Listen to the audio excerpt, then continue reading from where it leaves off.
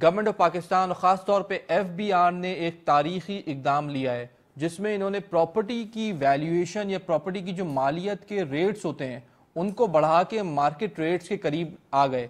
लेकिन आम आदमी के लिए समझना बहुत मुश्किल है कि ये एफबीआर के रेट्स बढ़ाने से क्या इम्पैक्ट पड़ेगा प्रॉपर्टी मार्केट के ऊपर, और जो ब्लैक इकोनॉमी है पाकिस्तान के अंदर वो पैसा जो कि सिस्टम के अंदर नहीं है और कैश बेस्ड है और लोग उससे प्रॉपर्टीज खरीदते हैं और अपना काला धन छुपाने के लिए प्रॉपर्टी मार्केट को समझते हैं कि एक एवेन्यू है, उसको ख़त्म करने में क्या मदद मिलेगी।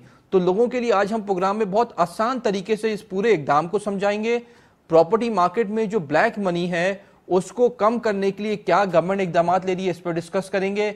एफबीआर के रेट्स को रिवाइज करने से क्या पॉजिटिव और नेगेटिव इंपैक्ट आ सकते हैं इंडस्ट्री के ऊपर, इस पर डिस्कस करेंगे और ओवरऑल इकोनॉमी पे इसका इंपैक्ट जानेंगे। हमारे साथ प्रोग्राम में बहुत ही एक्सक्लूसिव पैनल ऑफ गेस्ट मौजूद है। मैं अपने राइट से तारुफ कराना चाहूंगा।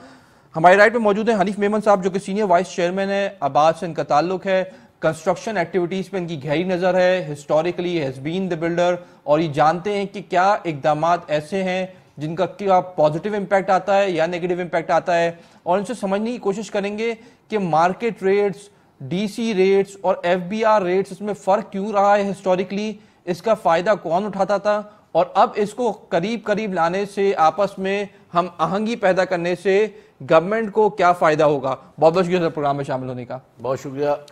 अब नाज़रीन, इसके साथ हमारे साथ प्रोग्राम में मौजूद हैं डॉक्टर बिलाल अहमद साहब जो कि इकोनॉमिस्ट हैं, खासतौर पर ओवरऑल मैक्रो इकोनॉमिक पिक्चर पे इनका तज्जिया लेंगे, ओवरऑल जो मैक्रो इकोनॉमिक सूरत हाल है इस पर जानेंगे, देखेंगे कि अभी जो इकदाम गवर्नमेंट उठा रही है इसका इम्पैक्ट क्या होगा, बिकॉज अभी मिनी बजट की आमद है, मिनी बजट में क्या इकदाम उठाए जा रहे हैं और उससे पहले एफबीआर का ये इकदाम उठाना टैक्स कलेक्शन में किस तरह हेल्प या सूदमंद साबित होगा। बहुत बहुत शुक्रिया सर प्रोग्राम में शामिल होने का। सबसे पहले हनीफ साहब, हमें नाजरीन को बहुत सादा अल्फाज में ये बताइएगा कि अब तक जो प्रॉपर्टी अगर मैं खरीदो फरोख्त करता था तो उसका एक मार्केट रेट होता था जिसपे वो ट्रांजैक्शन होती थी, प्लस उसके साथ उसका एक डीसी रेट होता था या डिप्टी कमिश्नर रेट जिसको आप कहते हैं, दूसरा उसका एफबीआर रेट होता था, तीसरा। इन तीनों रेट्स ये आपस में बराबर या कमोबेश करीब करीब क्यों नहीं हो पाए थे, इसको थोड़ा समझाइएगा कि तीन रेट क्यों थे। सबसे पहले तो बुनियादी सवाल है। देखिए, बिस्मिल्लाहिर्रहमानिर्रहीम। सबसे पहले तो आप भी देखें कि तीन अलग अलग कैटेगरीज पे ये चलते थे। एक मार्केट रेट होता था, एक डीसी रेट होता था और एक एफबीआर रेट होता था। माजी के अंदर कभी भी पहले एफबीआर रेट जो डीसी का रेट होता था, हम उसी के ऊपर उस पर जो है ना सेल डीड होती थी या जो भी ट्रांजैक्शन होती थी वो डीसी रेट। अच्छा, डीसी रेट होता क्या है ये जरा बताइए। DC rate actual deputy commissioner जो जितने जो लोकल गवर्नमेंट या किसी भी सूबे की तो वो इसको बनाती थी और उस हिसाब से इसको चलाती थी इसको। और वो रेट तय्युन कैसे? तय्युन ये इसी तरह तय्युन होता था जिस तरह एफबीआर ने अभी किया है, इसी तरह तय्युन सर्वे कराकर और इसी के ऊपर होता था ये, ठीक है, और उसी पे जो उसको माना जाता था और एफबीआर भी उसी को मानते थे। लेकिन चूंकि कुछ काम ऐसे भी होते थे जिसके अंदर जो है वो एफबीआर का मकसद ये था कि हमें पैसे टैक्स की मद में पैसे नहीं मिल रहे, तो उन्होंने फिर ये एफबीआर की रेट पे करके और उसको सेंट्रलाइज कर दिया हर जगह पर। सही है। तो इसलिए अब एफबीआर के रेट से जो है ना वो रजिस्ट्री और सेल डीड होती है ताकि गवर्नमेंट को रेवेन्यू भी मिले, और गवर्नमेंट को जब रेवेन्यू मिलेगा तो ज़ाहिर हमारा मुल्क भी तरक्की करेगा। तो डीसी रेट की अभी वैल्यू नहीं है, डिप्टी कमिश्नर का जो रेट अब ओनली एफबीआर जो भी ट्रांजैक्शन हो रही है अब एफबीआर के ऊपर हो रही है, और जो इसको एफबीआर में जो अभी ये निकाला है रेट, और पिछले 2016 में भी नेशनल हाउसिंग डायरेक्टरेट में भी ये मीटिंग हो चुकी जिसमें सारे स्टेट एजेंट भी थे सारे, तो उसके बाद ये नहीं हुआ, फिर इसके बाद 5 साल हो गए तो फिर अब इन्होंने ये निकाला है दोबारा। इसके अंदर अगर यही अच्छा होता है कि कुछ और स्टेक होल्डर्स हैं उनको भी बिठाते तो कुछ इसके अंदर ज़्यादा अच्छा हो जाता है। ये समझेंगे आपसे पहले आवाम को समझा दें कि ये पूरा मैकेनिज्म क्या है। आपने अब कहा कि जो डीसी रेट है अब उसकी अहमियत नहीं है, अब ओनली एफबीआर रेट की अहमियत है। तो डीसी रेट जो है वो मार्केट से आप समझें कि खत्म हो गया, पहले था अब वो खत्म हो गया। नाउ दो रेट्स है मार्केट में, अब सिर्फ एक ही रेट है, अब सिर्फ प्रॉपर्टी की वैल्यू जो कि एक मार्केट वैल्यू है, और एफबीआर का रेट जो कि एफबीआर ने मुतय्यन किया है अपने सर्विस उसी पे होगा वो। अच्छा, अब दूसरा लॉजिकल सवाल ये कि इन दोनों में एक बड़ा फर्क होता था।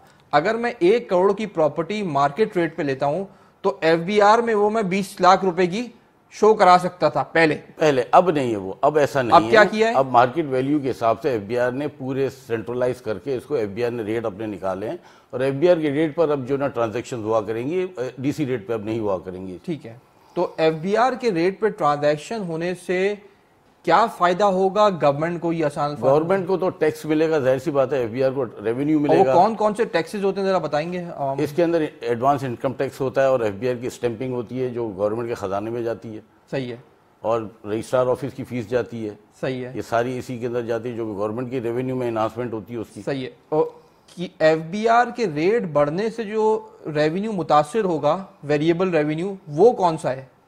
नहीं, वेरिएबल तो कोई भी नहीं है इसके अंदर, फिक्स ही है। फिक्स ही है ना, सिर्फ फिक्स ही मिलेगा। इसलिए कि अब आपका जब ये शेड्यूल बन गया है और शेड्यूल के तहत कि फलाने एरिया के अंदर ये रेट है, फलाने एरिया में ये रेट है, तो उसी को डिफाइन कर ही रेट बनाए जाते हैं। सो मेरा सवाल ये है कि पहले तो वो रेट कम थे, वो रेट एफबीआर के बढ़ने से गवर्नमेंट का कुछ रेवेन्यू बढ़ेगा, रेवेन्यू बढ़ेगा, एग्जैक्टली बढ़ेगा। तो रेवेन्यू बढ़ने का क्वांटम कितना आप समझ रहे होगा? देखिए, बढ़ने का तो ये क्वांटम था कि पहले हमारी भी बात हुई थी इनसे, एफबीआर से भी, और हम बैठे भी थे उस मीटिंग्स के अंदर, तो पता नहीं तक कि पिछले 5 साल से कोई रेवेन्यू नहीं बढ़ा हुआ है। सही है। और पिछले 5 साल में कोई भी इन्हांसमेंट नहीं हुई, लिहाजा अब जरूरत है। लेकिन हमने इनसे ये भी कहा कि देखिए, पिछले 2 साल तो कोविड की नज़र हो गया, इस वक्त प्रॉपर्टी की जो हाल है उस हाल के हिसाब से इसको अगर हम मिनिमम रखें आप तो ज़्यादा बेहतर होगी। लेकिन हम जब देख रहे हैं तो इस पर बहुत हाई रेट पे ये चले गए। होना चाहिए 15 से 20% होना चाहिए, कहीं कहीं जगहों पे इन्होंने एक्सेस भी कर दिया है, जो मार्केट रेट से भी ज़्यादा कर दिया है, जो कि नहीं होना चाहिए था। अगर स्टेक होल्डर को साथ रख लेते तो मैं समझता हूँ कि ज़्यादा बेहतर और ऐसा तरीके से ये काम हो सकता था। ठीक है, आई थिंक ये आपकी कंसर्न मैं नोट कर ली, इस पर स्पेसिफिकली आऊँगा। बिलाल साहब, how do you see this transformation? Because obviously इसमें कंसर्न्स कुछ हैं, लेकिन हो क्या रहा है कि जो एक्चुअल ट्रांजैक्शन की मार्केट वैल्यू थी, एफबीआर उसके करीब तर लाने की कोशिश कर रहा है, और ऑब्वियसली कुछ मार्जिन दिया है, बहुत सारी सिटीज में 20% 30% नीचे भी रहे हैं मार्केट वैल्यू से, कुछ में इनके मुताबिक ऊपर निकल गए हैं। लेकिन overall how do you see this strategy of government? देखिए, ये बहुत, एक तो सबसे पहली बात अप्रिशिएट करना चाहिए हमें एफबीआर को, दे रहा है दुरुस्त है, या इस जुमले को यूँ कहना चाहिए कि अब हो गया, अब इसको इम्प्लीमेंट करना चाहिए। इसका जो सबसे जो बड़ा जो इसमें से जो सवाल निकलता है वो ये निकलता है, इसकी इम्प्लीमेंटेशन कैसे हो रही है? इसकी इम्प्लीमेंटेशन कैसे हो रही है? इसकी इम्प्लीमेंटेशन इसमें अगेन डीसी को इन्वॉल्व करेंगे आप?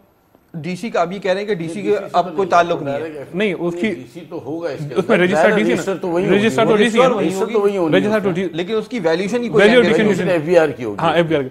तो इसका मतलब है डीसी के पास से वैल्यूएशन का काम चला गया ना जी जी। तो अब उसको आपने एडिशनल क्या काम दिया कि वो करे? वो इस बात को इंश्योर करे कि जो बैंक से पैसे गए थे, जिस पार्टी 1 ने पार्टी 2 को जो बैंक से पैसे ट्रांसफर करे थे, वो बैंक चलान के ऊपर ही रजिस्ट्रेशन करे। सही है। अब ये ट्रांसपेरेंसी का चैलेंजेस है इसके। अब भी देखें, एक तो एक दाम बहुत अच्छा है, आसान अल्फाज में बताइएगा। आसान अल्फाज में कि मैंने आपसे प्रॉपर्टी ली और वो प्रॉपर्टी मिसाल के तौर पे 100 रुपए की थी, मैंने आपको 100 रुपए फाइनेंशियल ट्रांजेक्शन करे बैंक टू बैंक, मुझसे ये सर्टिफिकेट मांगा जाए कि आपने कितने पैसे इसको दिए प्रॉपर्टी के अगेंस्ट, तो मैंने बोला 100 रुपए दिए, तो 100 रुपए ही रजिस्ट्री हो। Simple is that. और ये तो एग्जैक्टली ऐसा ही है। नहीं, अब ऐसा नहीं है, माजरत के साथ देखिए, ऐसा नहीं है, ऐसा ही है, ऐसा नहीं है, ऐसा नहीं है जनाब। उस एफबीआर के रेट पर ही सेल डीड होती है और वो बाकायदा उसको बैंक टू बैंक ही उसको लिया जाता है। ऐसा नहीं है कि अंडर द टेबल पैसे दे दिए, बेसिकली ऐसा ही होता है। अच्छा, अभी तक होता ये था, अब पिछले एक हफ्ते तक मुझे एक ऐड करना होगा, अगर 1 करोड़ की प्रॉपर्टी है तो चले एफबीआर के रेट 20 लाख है, तो 20 लाख उन्होंने बैंक के थ्रू दे दिए और बाकी 80 लाख ऐसा नहीं है। देखिए, जो रेट इनाउंस होकर आए 5 साल के बाद, सही है, उसका मतलब यही है कि जो अब ये डिफिकल्ट हो जाएगा। मार्केट वैल्यू, उसी मार्केट वैल्यू के हिसाब से ही उसने सेल डीड करानी है। हनी भाई, एक तो मैं आप दोनों का एहतराम करता हूँ, रियलिटी में ऐसा नहीं है। रियलिटी में ऐसा है कि आप आज भी आप कराची के किसी भी इलाके में जाएं और उससे जाके प्रॉपर्टी का सौदा करें, अगर वो एक प्रॉपर्टी 1 लाख रुपए की है, आपने जो खरीदार ने फरोख्त कुनंदा को 1 लाख रुपए दिए, लेकिन सेल डीड वो 35 लाख की करवाता है, तो 65 लाख कहाँ गए? नहीं, ऐसा नहीं है, ये शायद एक एज्यूमिंग बात है। ऐसा अच्छा, अब अगर ऐसा हो चुका है, मान ले हनी भाई ऐसा हो चुका है, मैं इस पे तो उसको किस तरीके से करेक्ट किया जाए? अब जो दूसरा जो मेरी जो कंसर्न था वो ये था कि अगर मैंने मेरे बैंक से 1 लाख रुपए दूसरे पार्टी को 1 लाख रुपए गए, तो ये नहीं पूछा जा रहा है, ना एफबीआर पूछ रहा है, ना डीसी वाला पूछ रहा है, ना सिस्टम पूछ रहा है।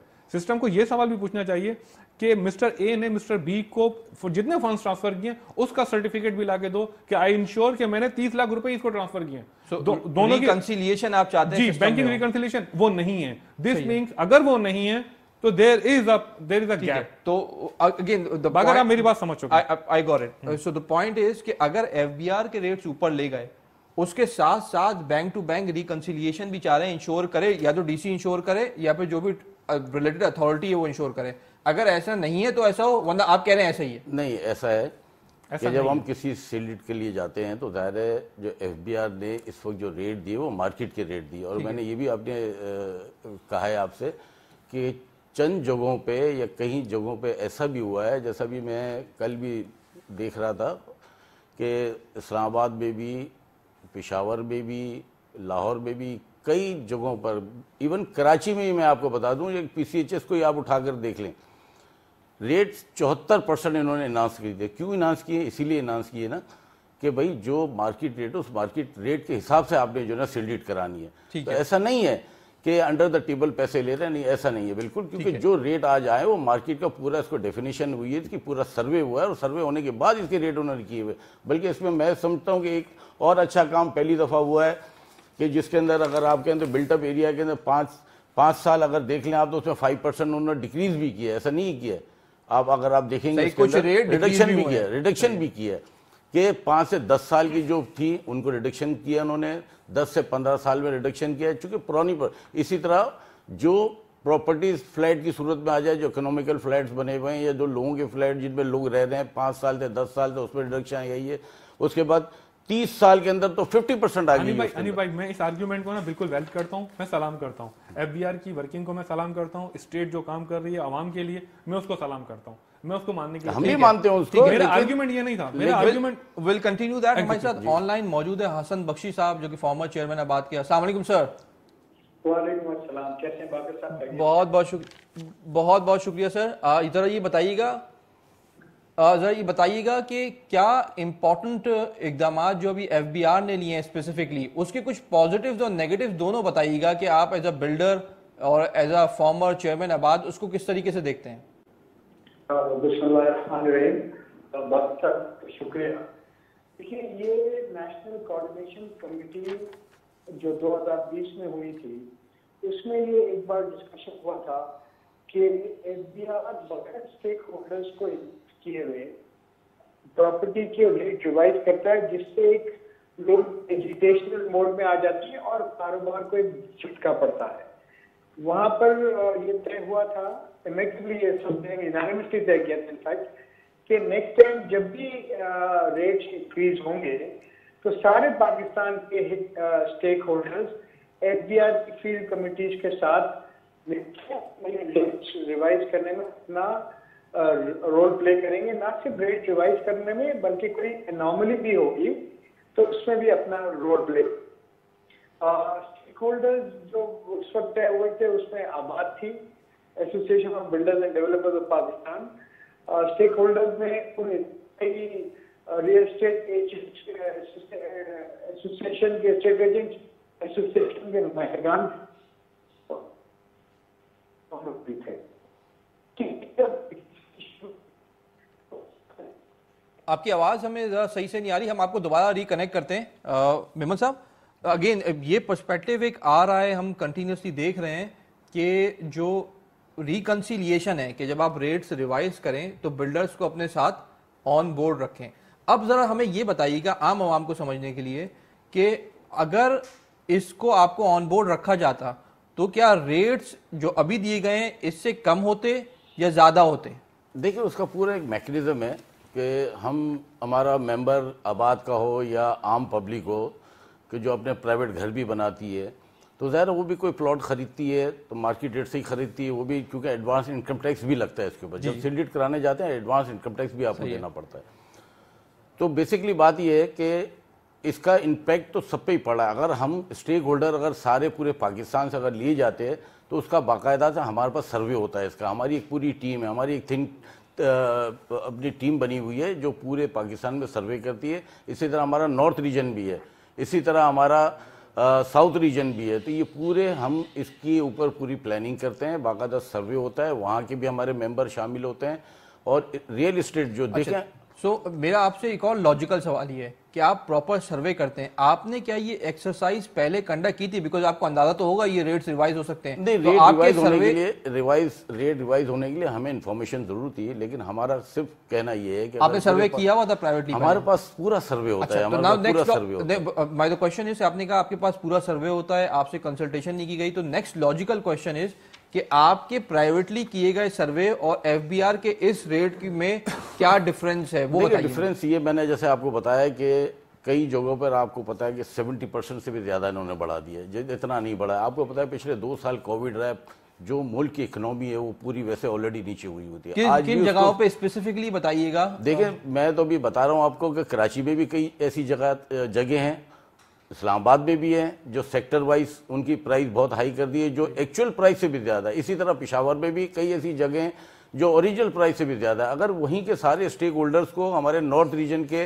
लोगों को अगर ये शामिल हाल कर लेते, स्टेक होल्डर को ले लेते, तो शायद हो सकता है इससे भी अच्छा बेहतर बन सकता है। नाउ द क्वेश्चन इज कि हमें जो फीडबैक मिल रहा है वो ये मिल रहा है कि बहुत जगह कराची में मेजॉरिटी, डोमिनेंट मेजॉरिटी की वो जगह हैं जहां मार्केट रेट से अभी भी 50% कम है।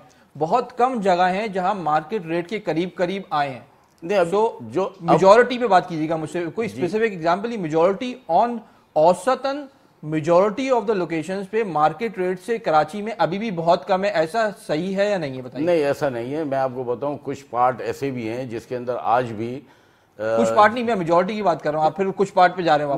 Majority majority based on the notice that you have right now. नहीं, मेरे पास है ये, मेरे पास है सारी चीजें। ये मैंने आपको उसी को देखकर आपको बताया कि कई जगहों पे ऐसा है कि आज भी रेट ज्यादा है, जो मार्केट वैल्यू उससे भी ज्यादा है, ये जो लोगों को नुकसानदेह हो सकता है। ये ठीक है, रेवेन्यू को तो बहुत अच्छा रेवेन्यू मिलेगा एफबीआर को तो, लेकिन एक जस्टिफिकेशन भी होनी चाहिए ना किसी जगह के ऊपर, कि जस्टिफिकेशन के बगैर आप दे देंगे उसको। Again you are not getting my point. I am just आपका point majority of the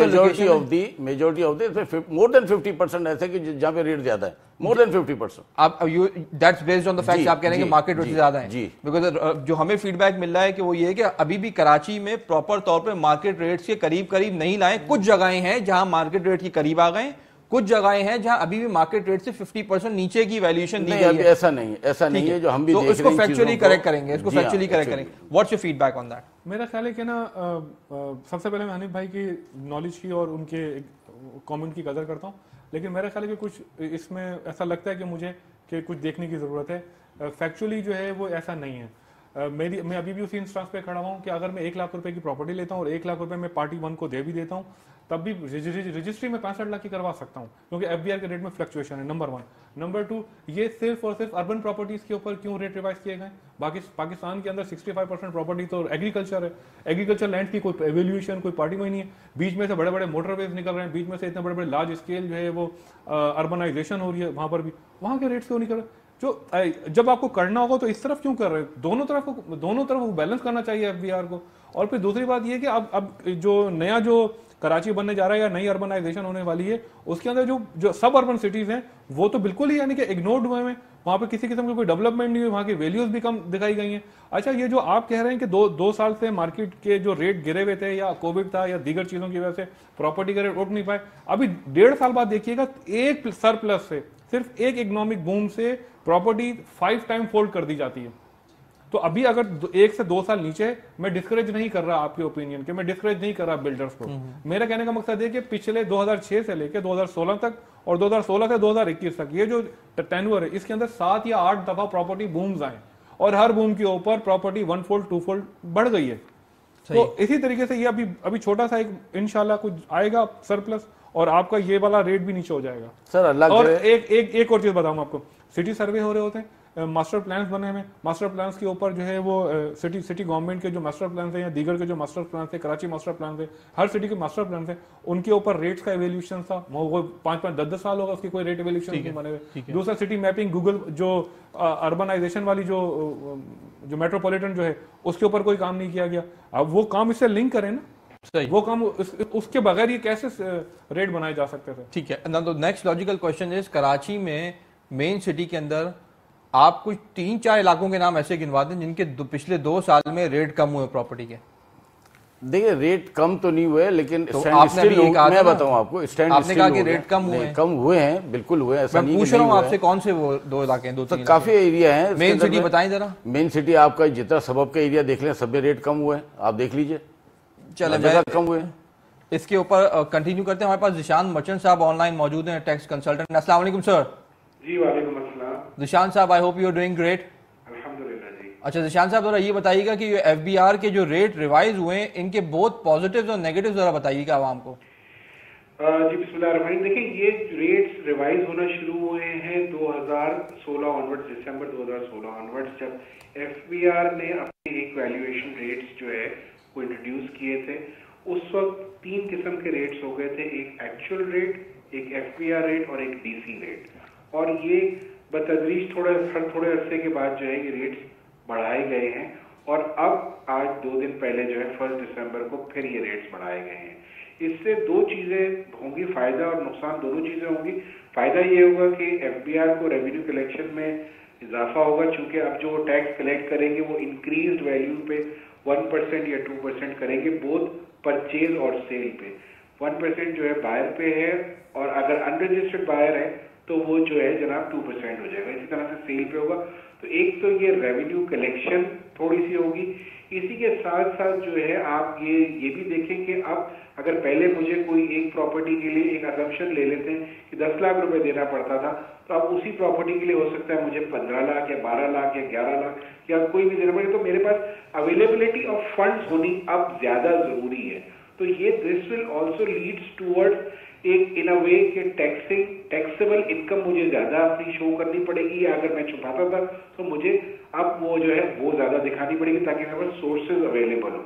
end at the same time इसमें होगा ये कि डॉक्यूमेंटेशन कहीं ना कहीं इंक्रीज होगी। अब इसका जो फ्लिप साइड अगर आप ले लें कि कुछ जगहों पे रेट्स इतने बढ़ गए हैं कि अब ये बिल्कुल ट्रांजैक्शन रुक जाएंगी। जब ट्रांजैक्शन रुक जाएंगी तो इसका टैक्स भी कलेक्ट नहीं होगा। जब टैक्स कलेक्ट नहीं होगा तो ऑब्वियसली जो एक्सपेक्टेशन है इस सेक्टर से टैक्स कलेक्शन की या रेवेन्यू जनरेशन की वो पूरी नहीं होगी। तो इसको देखना ये चाहिए कि क्या जो ये रेट्स बढ़ाए गए हैं कराची या कराची के अलावा, तो क्या ये लॉजिकली रेट्स बढ़ाए गए हैं या ये बगैर इसको सोचे समझे बगैर जो है बढ़ा दिया गया।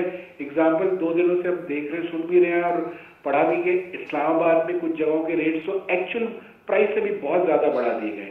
इसी तरीके से कराची में भी कुछ इलाके ऐसे कि जिसमें मजीद बढ़ाए जा सकते थे, वो नहीं बढ़ाए। क्योंकि अगर आपको मैं एक रियलिस्टिक वे में बात करूं तो जो जितना भी हमारा ब्लैक इकोनॉमी है वो पार्क होता है इमूवेबल प्रॉपर्टी में आके, और इमूवेबल प्रॉपर्टी में ही वो पैसा छुपाया जाता है। क्योंकि जो हम अब ये बात कहने में मुझे कोई शर्म महसूस नहीं हो रही और आर भी नहीं है कि हम मिन हैसल को हम टैक्स देना नहीं चाहते और हम टैक्स चोरी करते हैं, और हमारी ब्लैक इकोनॉमी जो है बहुत ज्यादा जो है वो फल फूल रही है। आपने 2 एमनेस्टीज दे दी सन 2018 में और 2019 में, लोगों ने बड़ा उसमें जो है अपना पैसा वाइट किया, लेकिन उसके बाद फिर वो टैक्स चोरी शुरू हो गई। तो वो पैसा कहीं ना कहीं तो पार्क होना है, तो उसकी पार्किंग की जो जगह है तो वो पार्किंग की जगह है ही इमूवेबल प्रॉपर्टी। तो गवर्नमेंट ने एक तरीके से उस पार्किंग को जो है अब डिफिकल्ट करना शुरू कर दिया है। तो कहीं ना कहीं जाके जो है ये अब पैसा यहाँ पार्क होना भी आहिस्ता आहिस्ता बंद हो जाएगा। तो अल्टीमेट गोल इसमें ये होगा कि ये सब के सब एक्चुअल मार्केट रेट पे आ जाएंगे।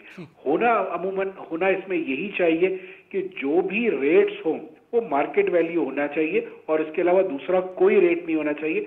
हाँ, अब उसको करने के लिए करना क्या पड़ेगा, आप एक दफा वन टाइम जो वेल्थ में जिनके एसेट्स डिक्लेयर्ड हैं, जो कॉस्ट पे डिक्लेयर हैं, उसको आप एक दफा रिवैल्यू करने की इजाजत दे दीजिए उन्हें।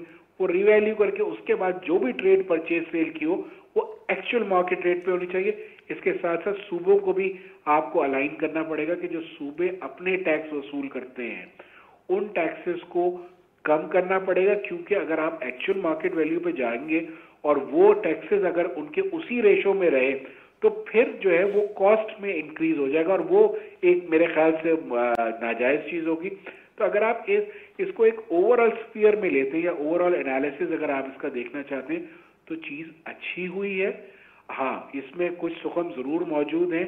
ये डिस्कशन करके अगर की जाती या पब्लिक ओपिनियन इस पे लिया जाता कि ये इस इलाके के रेट ये हैं या नहीं है, और उसके बाद इसको इम्प्लीमेंट किया जाता तो it would have been a very fruitful exercise and it would have been accepted by all and sundry.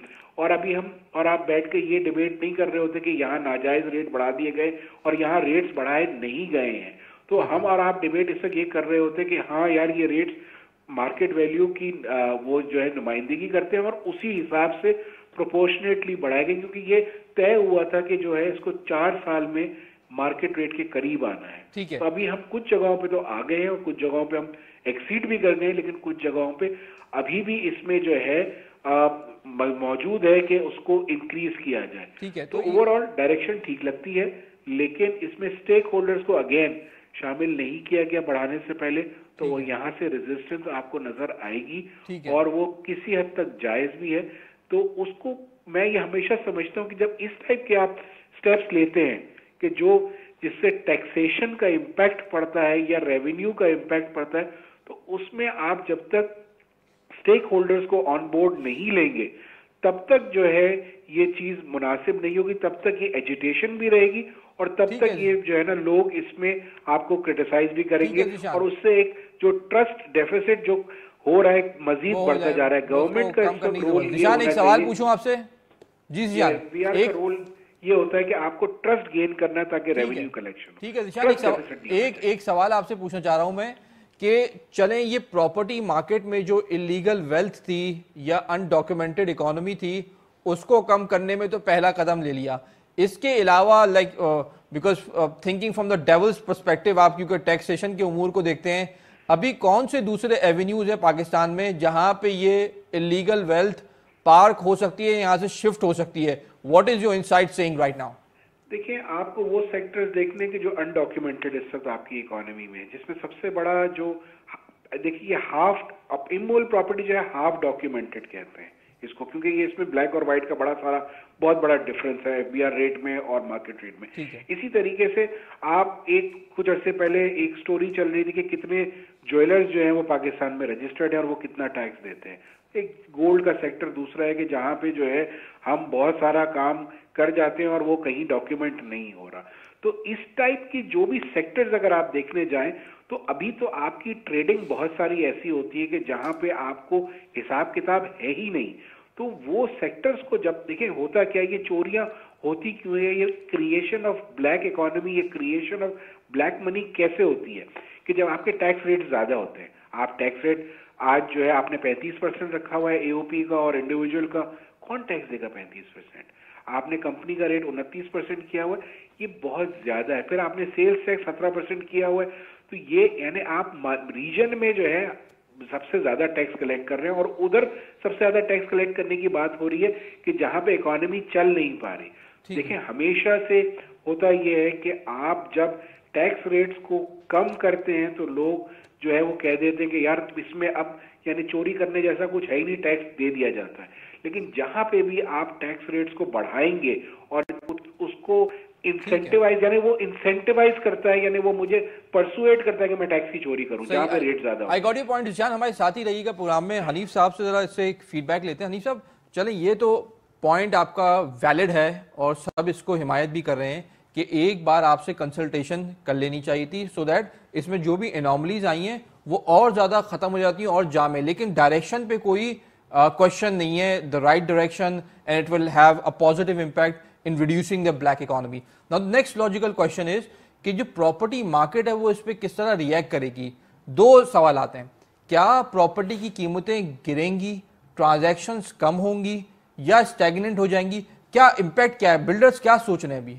देखिए इसके ऊपर ये होगा कि इस वक्त अगर जितना रेट हाई होता जाएगा आपकी ट्रांजैक्शंस रुक जाएंगी अनटिल अनलेस के जब तक देखें ना एक काम करने वाले को टैक्स देने के लिए वो तैयार है, लेकिन मेरे कंधे पे अगर 10 किलो का वजन है तो 10 किलो ही उठाऊंगा, ऐसा ना कि मैं उसको 100 किलो उठा लूंगा। सही है।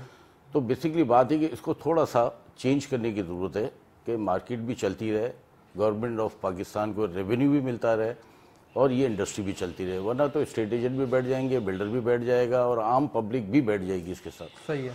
तो ये स्टैंड स्टिल हो जाएगा, ये आगे रेवेन्यू नहीं मिलेगा आपको। अगेन मैं सवाल दोबारा रिपीट करता हूँ क्योंकि अभी आप जो एनॉमली या जो भी आप सिमिलैरिटी बता रहे हैं खास तौर पे कि जितना कंधे पे वजन डाल सकते हैं उतना ही डालें। अभी जितना कंधे पे वजन चल रहा था और दिख नहीं रहा था उतना ही सामने दिखा दिया है, नहीं एक्स्ट्रा नहीं डाला। नहीं, मैंने मतलब कि जो वैल्यू है वो मार्केट रेट पे लेकर आए। मेरा मकसद इसमें ये नहीं था कि 10 से 5 पे ले आए, मेरा मकसद ये था कि 10 पे 50 लगते, ऐसा नहीं कि उसको 100 पे ले जाते, ऐसा नहीं था। हर पाकिस्तानी शहर टैक्स देने के लिए तैयार, और हम भी दे रहे हैं, ऐसा नहीं कि नहीं दे रहे हैं, अच्छा है। और हर पाकिस्तानी को टैक्स देना चाहिए। देखें ना, मुल्क की इकोनॉमी चलेगी तो हम सर्वाइव करेंगे, अगर मुल्क की इकोनॉमी नहीं चलेगी हम सर्वाइव कैसे करेंगे। आपके अपने एक्सपीरियंस में जनरली जो प्रॉपर्टी की ट्रांजैक्शन होती हैं उसमें ओवरऑल एग्रीगेट टर्म्स में आप क्या समझते हैं कितना % जो है वो अनडॉक्यूमेंटेड पैसा यूज होता है? देखिए, पहले ज़रूर होता था जब डीसी रेट और ये चलते थे, लेकिन आज बहुत उसकी कोई चांसेस बहुत कम हो गए हैं। आज वो चांसेस नहीं है, इसलिए कि एफबीआर का एक पूरा सेटअप बन गया है। एफबीआर ने अपने रेट सारे निकाल दिए हैं। अब उससे मैंने आपको पहले भी बताया और शायद मेरा ख्याल है हमारे दोस्त भी बता रहे थे कि कई जगहों के ऊपर मार्केट रेट से भी ज़्यादा है और कहीं नीचे भी होगा, ऑब्वियसली होगा, ऐसा नहीं कि, क्योंकि हमने भी अभी आया है, हमने भी इसकी स्टडी नहीं की है, हम भी इसकी स्टडी करेंगे। हमें भी 1-2 दिन चाहिए होगी। हमारा पूरा पैनल है, ये पैनल में बैठे हुए हैं और इंशाल्लाह मंडे को हमारी इसकी मीटिंग भी है। हम इसको इस तरह देखेंगे, उस जुमरे में देखेंगे कि हमारे मेंबर्स को या इस कराची या पाकिस्तान के शहरी को कहाँ इसकी तकलीफ है, तो हम इनसे बात भी करेंगे, गुफ्तगू भी करेंगे, नेक्स्ट मीटिंग का भी इंतजाम करेंगे इसका कि उनसे मीटिंग की जाए हमारी कि किस किस जगह पे क्या क्या इनके पास रखा है। अगर कहीं कम है तो हम एडवाइस करेंगे कि उसको बढ़ाया जाए, और जहाँ मार्केट रेट से ज़्यादा है तो हम कोशिश करेंगे, उससे मीटिंग करके करेंगे कि उसको आप नीचे लेकर आए, बिलो द लेवल लेकर आए। प्रॉपर्टी प्राइसेस की जनरली जो डिमांड है या प्रॉपर्टी प्राइसेस हैं वो उसमें कमी एक्सपेक्टेड है या उसमें इजाफा एक्सपेक्टेड है इसके बाद? नहीं, इसके बाद कुछ पोर्शंस ऐसे हैं कि जिसके अंदर कमी की जरूरत है, इसलिए कि जो मार्केट रेट से ज्यादा चले गए उसको तो ऑब्वियसली जरूरत है। नहीं, वो तो आप रिकमेंडेशन में, मैं इम्पैक्ट की बात कर रहा हूँ। जनरल जो लोग खरीदो फरोख्त करते हैं घरों की या जो एक्टिविटी होती है प्रॉपर्टी मार्केट में वो कम होगी, मतलब ये अभी तो कम डिमांड कम होगी प्रॉपर्टी की, अभी कम होगी, बिल्कुल प्राइसेस पे नेगेटिव इम्पैक्ट आएगा? इम्पैक्ट आएगा, ऑब्वियसली आएगा, बिल्कुल आएगा। From your perspective because you are senior builder, बिल्कुल आएगा, प्राइसेस प्रॉपर्टी की गिरेंगी नहीं तो स्टैंड स्टिल तो एटलीस्ट हो जाएगी वो, क्योंकि ट्रांजैक्शन रुक जाएंगे, इतना हाई लेवल पर है, फिर वो पावर्स की तरफ चली जाएंगी। आपको पता है कि हमारे यहाँ नहीं, अगर सेल डीड नहीं करा है जनरल पावर लेके बैठ जाएगा वो, अनटिल के जब तक ये नेगोशिएशन नहीं हो और ये चीजें ना हो, तो ये भी इनफैक्ट ये भी खराब है ना कि मुल्क के अंदर पैसा नहीं आएगा, टैक्स के जरिए पैसा नहीं आएगा, एफबीआर को पावर लेके क्या बैठ जाएगी? थोड़ा आसान अल्फाज में समझाएंगे हमारे नाज़रीन। पावर ऑफ अटॉर्नी, मैंने आपसे कोई प्रॉपर्टी खरीदी है, मैं सेल डीड कराने नहीं जाता हूँ तो पावर ऑफ अटॉर्नी करा लूंगा मैं उसकी, ठीक है। तो एफबीआर को रेवेन्यू कहाँ से मिलेगा मुझे बताएं आप? स्टैंड स्टिल ही हो गया ना वो। सही है, सही। तो पावर ऑफ अटॉर्नी के थ्रू आप इसको बाईपास कर सकते हैं। बिल्कुल हो सकता है, गवर्नमेंट को भी पता है, गवर्नमेंट को भी पता है, ऐसा तो नहीं कि नहीं पता है। ठीक है, ठीक है। तो ये आपने एक बड़ी इंटरेस्टिंग बात बताई, what's your take on that? लेकिन ये जो पावर का जो चक्कर है वो कमर्शियलाइजेशन और जो टोटल मार्केट को रिप्रेजेंट नहीं करेगा, हर शख्स पावर नहीं करवाएगा। और इसके बावजूद भी अब अगर एफबीआर ने ये सोचा है कि ये जो रेट्स हैं जिनको मार्केट रेट के ऊपर किया गया है, जैसे कि हनीफ भाई की तरफ से आए कि कुछ बढ़ गए कुछ घट गए, लगता है कि एक बार ऊपर कर दिया है। अब ये बार ऊपर करना ही था, इसको इम्प्लीमेंट करेंगे। ये 2006 में करने वाला काम 2021 में हो रहा है, तो अगर हम 16-17 साल पहले ही लेट हैं तो अब नहीं करेंगे तो कब करेंगे? नंबर 1। नंबर 2, इसकी इम्प्लीमेंटेशन के ऊपर मैं अब आज भी उसी उस पर खड़ा हूं। मैं ये कहता हूं कि इसकी इम्प्लीमेंटेशन में बैंकिंग चैनल को क्यों नहीं इन्वॉल्व किया जा रहा? वो बैंकिंग चैनल क्या है? मैंने जो पैसे ट्रांसफर करे आपको किए, बैंकिंग सर्टिफिकेट लिख के देते कि इस प्रॉपर्टी के अगेंस्ट में मिस्टर ए ने मिस्टर बी को ये पैसे ट्रांसफर करें टोटल, वो पैसे असल में मार्केट रेट है और एफबीआर तक वो इंफॉर्मेशन नहीं पहुंच रही है। एफबीआर इस बात में कोई पूछ-गुछ नहीं कर रहा है कि असल में आपने कितने की प्रॉपर्टी ली है। एफबीआर कहता है नहीं, मेरे रेट हैं इस इलाके के 70 रुपए और क्लाइंट ने लिए 170 में, तो क्लाइंट को फायदा हो रहा है, मुझे फायदा पहुंच रहा है, मुझे ये फायदा पहुंच रहा है। इस लूप होल को, ये एक बड़ा गड्ढा है जिसको नहीं एड्रेस किया जा रहा और जहां पे बैंक रिकंसिलिएशन है, और ये अमेरिका में इधर उधर हर जगह पर होती है। अच्छा, इसके अलावा हमारे पास बैंकिंग चैनल है और उस बैंकिंग चैनल से हम वैसे भी मालूम कर सकते हैं कि इस वाले अकाउंट में इस वाले अकाउंट से कैसे पैसे गए, बैंकिंग ट्रांजेक्शन। अच्छा, अब इसमें आ जाए, अगर 1 लाख रुपए की प्रॉपर्टी थी और 35 लाख रुपए की तो 65,000 रुपए वो यानी कि जिसे बोलना चाहिए कि अनऑफिशियल है या डॉक्यूमेंटेड नहीं है इस प्रॉपर्टी के अगेंस्ट में, तो वो पूछा जाए ना फिर जब आप वो कर रहे हैं। अब अगर ये भी पूछा जाएगा तो एक दूसरा नजरिया खड़ा होगा कि प्रॉपर्टी तो ऐसे तो कोई खरीद ही नहीं सकेगा। नहीं, ऐसा नहीं होगा। ये सिर्फ और सिर्फ जो भी एक्टिविज्म है, अच्छा 2006 में, 2008 में और ये जो चला था, रेट्स कई दफा रिवाइज हुए, तो क्या प्रॉपर्टी इंपैक्ट पड़े? नहीं, प्रॉपर्टी के इंपैक्ट नहीं पड़े। कराची में आज भी 2.5 लाख घर नए बन रहे हैं। सही है। और वो बन रहे हैं तो इसीलिए बन रहे हैं ना, कोई उन्हें खरीद रहा है, चाहे बैंकिंग चैनल थी। और आपको पता है ज्यादातर जो घर है उनके ऊपर मॉर्गेजेस होते हैं, वो लोन की सूरत में हुए होते हैं। मॉर्गेज की कीमत जो है वो रजिस्टर की कीमत से कम होती है। ठीक है, ठीक है, रजिस्ट्री सॉरी, ज्यादा होती है। तो ये यानी कि ये वो खुले हकायक हैं जो मुझे एक आम आदमी को पता है। यकीन मानिए अब शऊर इतना बढ़ चुका है कि आम एक रेडी वाले को भी पता है कि भाई ये क्या हो रहा है। ठीक है, लेकिन इसको करना पड़ेगा हमें, बाहैसियत कौम करना पड़ेगा। अब इसके अंदर कुछ ना कुछ हिचकोले होंगे, उस हिचकोलों को हमें बर्दाश्त करना होगा, नंबर 1। नंबर 2, तमाम स्टेक होल्डर बीइंग ए अवाम हम और बीइंग ए स्टेक होल्डर आबाद, हम सब है भाई, इस मैटर को इंप्लीमेंट करना होगा। अब एक प्रॉपर्टी अगर 1 लाख की थी और अब मुझे 1,10,000 में मिल रही है, तो वो जो 1,10,000 रुपए, जो 10,000 रुपए मुझे एक्स्ट्रा डॉक्यूमेंटेशन, टैक्सेशन और दीगर चीजों के लिए देने पड़ रहे हैं, उससे फिर सिस्टम भी इवॉल्व हो रहा है और मेरी प्रॉपर्टी स्ट्रेंथन हो रही है। ये उल्टे सीधे काम नहीं होंगे। और जरूरी नहीं है कि 10,000 आपको एक्स्ट्रा देने पड़े, वो प्रॉपर्टी की प्राइसेस नीचे आएंगी, थोड़ा मार्केट रेट पे आएंगी, रैशनलाइज होंगी ना। अच्छा, एक और आर्ग्यूमेंट है, मैं आपको एक जिशान साहब को ले लूं, फिर then I will come back to you. Zeeshan साहब आप मेरे साथ ऑनलाइन मौजूद हैं? जी जी। जिशान साहब, आपने गुफ्तगू सुनी, बड़ी हीटेड डिबेट चल रही है, जरा बताइएगा, बिकॉज आपने बड़ा अच्छा पॉइंट हाईलाइट किया था कि अब थोड़ा सा प्रॉपर्टी को आपने हाईलाइट किया कि प्रॉपर्टी से हट के जो दूसरे एवेन्यूज हैं इलीगल वेल्थ को छुपाने के, उस पर क्रैक डाउन होना चाहिए, जिसमें आपने एक ज्वेलरी की बात की थी। उसके अलावा आप क्या समझते हैं कि जो बड़े एवेन्यूज हैं जिसके अंदर इलीगल वेल्थ जो है वो होर्ड होती है? देखिए, हमारा मसला 2 तरीके का है कि हम अपनी कभी भी जो है एक्चुअल सेल्स तो बताते ही नहीं है। तो जब वो एक्चुअल सेल्स नहीं बताते तो आपके पास एवेन्यूज, जैसे पहले प्राइस बॉन्ड्स का था, अब आप गवर्नमेंट ने उसके ऊपर जो है कब करना शुरू किया, तब आप देखें प्राइस बॉन्ड लोग अपने डिसइन्वेस्ट कर रहे हैं। फिर अब आपने गोल्ड के ऊपर किया, तो अब जैसे डेजिग्नेटेड नॉन बिजनेस प्रोफेशनल जो है प्रोफेशंस के ऊपर अब DNFBP जिसको कहते हैं, उसके ऊपर भी गवर्नमेंट आहिस्ता आहिस्ता चल रही है। उसकी एक कड़ी ये है कि अब तमाम जो जितने भी रियल एस्टेट ब्रोकर्स हैं या जितने भी रियल एस्टेट से रिलेटेड लोग हैं, उनको गवर्नमेंट ने कहा है कि जो भी FBR के साथ रजिस्टर्ड नहीं होगा वो बिजनेस नहीं कर सकेगा, नो योर कस्टमर। तो अब आहिस्ता आहिस्ता घेरा तंग किया जा रहा है उन तमाम सेक्टर्स पे के जो अनडॉक्यूमेंटेड सेक्टर्स थे। जैसे बात हो रही थी कि इमूवेबल प्रॉपर्टी को क्यों चैनलाइज बैंकिंग चैनल से नहीं किया जाता, तो उसका जवाब ये कि इनकम टैक्स ऑर्डिनेंस में सेक्शन 75A मौजूद है, एक सेक्शन जो ये कहता है कि कोई भी इमूवेबल प्रॉपर्टी अगर 50 लाख रुपए से ऊपर है तो वो बैंकिंग ट्रांजैक्शन से होगी, और कोई भी ऐसा asset other than immovable property अगर आप परचेज करते हैं जिसकी मालियत 10 लाख रुपए से ज्यादा है तो वो बैंकिंग चैनल से करनी है। तो ये चीजें लॉ में जरूर मौजूद है। अब इसकी बात करते हैं कि बिजनेस जो आप कह रहे थे, जो आपके गेस्ट कह रहे थे कि ट्रेडिंग किसी हद तक रुक जाएगी प्रॉपर्टी में, बिल्कुल ठीक कह रहे हैं, क्योंकि ये ट्रेडिंग इसलिए रुक जाएगी कि लोगों के पास ऑफिशियल मनी वाइट तो है ही नहीं। तो अब उसको अगर इकोनॉमी को चलाना है या उसको ठीक करना है तो उसके लिए क्या ऐसा इम्पैक्ट है जो किया जा सकता है। आपको याद होगा कि लॉ में एक सेक्शन 236W मौजूद था जो कहता था कि difference between FBR and DC rate जो है उस पर 3% जो है वो टैक्स भर दिया जाए और उसको इंटेंजिबल एडिशन करके जो है वो वैल्यू को अपनी बुक्स में इनकॉर्पोरेट कर लिया जाए और उस पर FBR कोई एक्शन नहीं लेगा। तो कोई इस टाइप की आपको जो है एक स्कीम को दोबारा से शायद रीइंट्रोड्यूस करने की फॉर टेम्पररी पर्पसेस इंट्रोड्यूस करना पड़ेगा। रिवैल्यूएशन एक दफा प्रॉपर्टी को आपको अलाउ करना पड़ेगा। उसके बाद होगा क्या, उससे होगा ये कि जब आपकी नेक्स्ट जो भी ट्रांजैक्शंस होंगी वो एक्चुअल, ना सिर्फ एक्चुअल मार्केट रेट पे होंगी, उससे आपका GDP का साइज बढ़ जाएगा, आपकी इकोनॉमी का साइज बढ़ जाएगा और आपकी जो ब्लैक इकोनॉमी है उसका साइज बहुत हद तक रिड्यूस हो जाएगा। क्योंकि इस वक्त अगर आप एक ओवरऑल व्यू से देखें तो आपके पास इमूवेबल प्रॉपर्टी के अलावा कोई और ऑप्शन ही नहीं है कि जहां पे आप पैसा छुपाएं। एक छोटा सा एग्जांपल यही है कि अगर आप फेज 8 के आज के रेट्स भी देख लें तो कहीं ना कहीं उसमें आधे आधे का आज भी फर्क मौजूद है। तो इन चीजों को कहीं ना कहीं जाके खत्म होना पड़ेगा अगर आपको इसको रियल सेंस में अपने आप को सही चीजों को तरफ लेके आना पड़ेगा। रीट पाकिस्तान में क्यों फेल हुआ?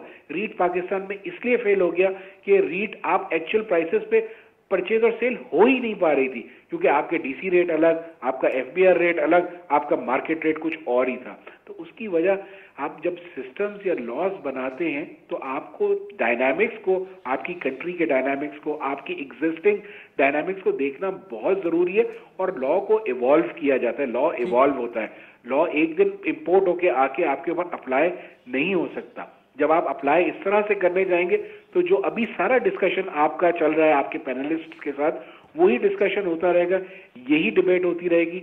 आपको इस वक्त नीड ऑफ द आवर, जो मैं समझता हूं कि मैं ये जो आपके प्रोग्राम के तवज्जुह से ये गवर्नमेंट से भी रिक्वेस्ट करना चाहूंगा, नीड ऑफ द आवर इस वक्त ये है कि आपको broad base flat rate taxation के ऊपर जाना पड़ेगा, आपको टैक्स रेट्स को रिड्यूस करना पड़ेगा, और आपको टैक्स बेस को इस तरीके से बढ़ाएं कि आपको रियल नंबर्स नजर आए। ये ना हो कि 30 लाख लोगों ने तो रिटर्न फाइल कर दिया, लेकिन उसमें से 10 लाख ऐसे थे जिन्होंने रिटर्न फाइल किया। 30 लाख लोगों ने रिटर्न तो फाइल कर दिया, लेकिन उसमें से मजीद 10 लाख ऐसे थे जिन्होंने 50,000 रुपए से कम टैक्स दिया। तो you don't need this kind of a number, because we are already under the indirect taxation regime. हर कोई हमसे टैक्स काट के पैसा लेता है। ये जो प्रॉपर्टी पे टैक्सेस कटते हैं, तो यही चीज तो है कि हम पे इनडायरेक्ट टैक्सेशन हो रहा है। गौर जिशान साहब, बहुत बहुत शुक्रिया प्रोग्राम में शामिल होने का। बहुत ही इंसाइटफुल डिस्कशन हमने देखी जिशान साहब की तरफ से। देखें, we coming towards the conclusion, let's see कि क्या बड़े बड़े टेक अवेज हैं in your perspective. Like what I think, जो कि कन्वर्सेशन हुई है कि आपको ऑन बोर्ड लेना चाहिए था, एवरीबडी एग्रीज टू दैट। दूसरी इंपॉर्टेंट चीज कि ऑन एवरेज देखा जाए तो रेट ओवर वैल्यूड नहीं है, रेट अभी भी अंडर वैल्यूड है। कुछ कुशन दिया गया है, बहुत सी कराची में बहुत से इलाकों में कुशन दिया है। बहुत सारे लोग तो हमें बताया उन्होंने कि यार अभी जो मार्केट रेट है उसके आधे आधे रेट ये बढ़ गए हुए हैं, तो अभी भी कुशन है।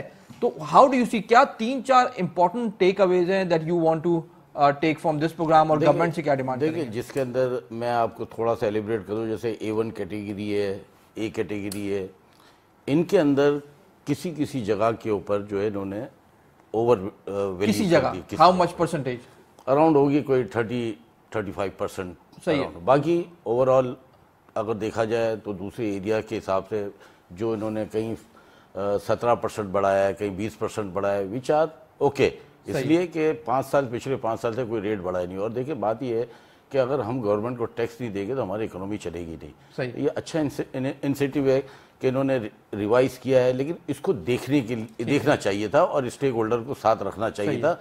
इसमें और बेहतर भी हो सकता था। कोई पोर्शन अगर रह भी गया है तो वो भी इनाउंस हो सकता था, जो बहुत ज्यादा इनाउंस हो गया। रिकमेंडेशन क्या है इसके ऊपर, आप कुछ देंगे गवर्नमेंट को recommendations on revision of the rates? इसको हम गवर्नमेंट को ये बताएंगे कि हमें एक दफा सेशन हमारे साथ भी किया जाए और इसको रिव्यू किया जाए, रिव्यू करके इसको जो है ना अपलोड किया जाए। ऐसा ना किया जाए ताकि स्टेक होल्डर्स भी मुतमईन हो जाए, हमारी आम आवाम भी इससे मुतमईन हो जाए और गवर्नमेंट को टैक्स भी मिले। तीनों चीजें हो सकती है। ठीक है, और उसके अलावा जो प्रॉपर्टी मार्केट में एक्टिविटी है उसके ऊपर क्या इंपैक्ट आएगा? कम होगी? सर, मैंने कहा ना, स्टैंड स्टिल हो जाएगी। बात वही है कि जब आपके पास वाइट पैसा ही नहीं होगा तो कहां से आप इसको, तो आप ये वो एक्सेप्ट कर रहे हैं कि वाइट पैसा नहीं है? नहीं, वाइट मैं ये नहीं कह रहा हूँ जब आपके पास नहीं होगा। नहीं, अब जाहिर है, जो आपको वाइट पैसा चाहिए ना, जब ये गवर्नमेंट का जो रेट निकला है, पहले तो ले लेते थे लोग अंडर वैल्यू, जब डीसी वैल्यू होते तो कर लेते थे। इसीलिए ये कानून नाफिज किया गया ना कि एफबीआर के तहत जो मार्केट वैल्यू होती है पे किया जाए इसको, इसीलिए किया गया, मतलब ये है ताकि मुल्क को रेवेन्यू मिले। Majority of the activity is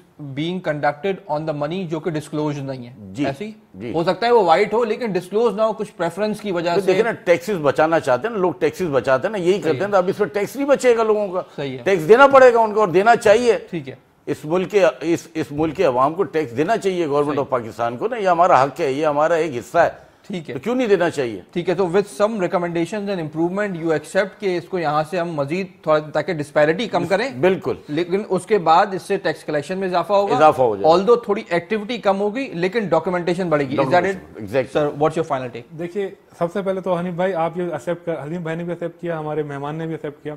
हम सब जानते हैं कि प्रॉपर्टी के अंदर जो ना काला धन आता है। हम इस बात के ऊपर तो परेशान है कि प्रॉपर्टी में काला धन ना है, लेकिन जो काला धन पैदा हो रहा है हम उसके ऊपर परेशान नहीं है। ओवरऑल हमें उस तरफ भी सोचना होगा कि जहां से काला धन पैदा हो रहा है, कहाँ से हो रहा है पैदा, बताइए भाई। काला धन तो हमें पता है गवर्नेंस ना होने की वजह से हो रहा है, करप्शन जो मार्केट के अंदर खुला पड़ा हुआ है वहां से काला धन पैदा हो रहा है, और वो किन किन सेक्टर्स में जा रहा है हमें ये पता है। तो उस तरफ भी हमें जो ना इसके अलावा रियल एस्टेट के अलावा कौन सा सेक्टर है, आप भी थोड़ा बता दीजिए। देखिए मैंने कहा था कि आपने एग्रीकल्चर लैंड को खुला छोड़ा हुआ है, एग्रीकल्चर को, तो डिस्पैरिटी यहाँ भी खत्म होनी चाहिए जी। एग्रीकल्चर लैंड को आपने खुला छोड़ा हुआ है।